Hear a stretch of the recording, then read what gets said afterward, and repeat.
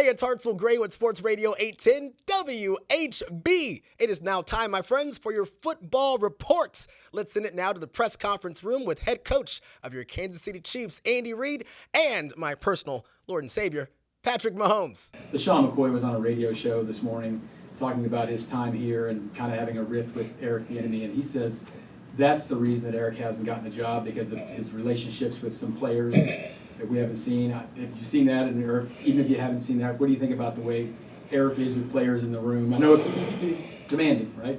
Yeah, sure. No, that's and sometimes it's hard on a veteran player that maybe their performance level isn't what it used to be, and it's hard to take sometimes. But he's going to push you and try to maximize what you got. That's one of his strengths. He's no different than he is with you guys. He's going to come in and shoot you straight. Sometimes you want to hear it, sometimes you don't. And, I'm a big LaShawn fan. He's, in my eyes, he's a future Hall of Fame running back.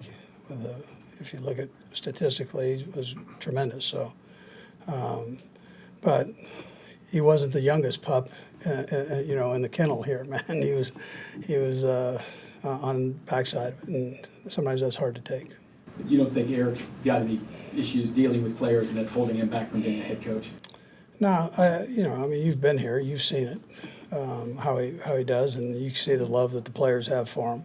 I mean, he's got all these guys standing up for him and saying positive things.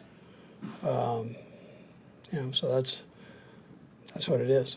Yeah, he's a heck of a football coach, and I'm disappointed that he hasn't had a chance, but I'm optimistic that he's going to have one in the future here. So. Is that a new trend now? I mean, you doing that, taking your players down to Texas, Deshaun taking his teammates down to the Bahamas and stuff like that, to where not only are you building rapport, but again, you are getting a chance to get to know these players and see what the likes, dislikes are, see what you can and can't do with the players and stuff. Yeah, and I think you see in especially those two situations, but a lot around the NFL is you're getting a lot of different new quarterbacks in new places. You're getting new receivers in new places. And so you want to build that chemistry fast. You want to have success. And I think the best way to do that is get away from the building. I mean, in the building, everybody's on their P's and Q's. Everybody's trying to be the best they can be, but you want to be with someone outside the building, see what their family's like, see what they like, what their interests are. For me, just being able to have them down in Texas, I got to show them a little bit of the Dallas Mavericks and everything like that. So we get to show them how we do it down in Texas too. But also there's footage of you at the soccer game with them. I mean, how often do you see yourself doing that throughout the year?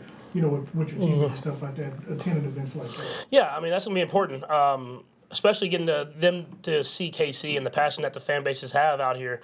I mean, they want to be a part of this just as much as anybody, and they are now. And so for me, I asked guys, I'm just like, hey, I'm going to the soccer game, y'all want to come? And that thing was full. Everybody wanted to be there. And so stuff like that. I've went to Royals games. We're going to get around the city and get to see everything about it. And I'm going to introduce these guys to everything, and they'll fall in love with it just like I did.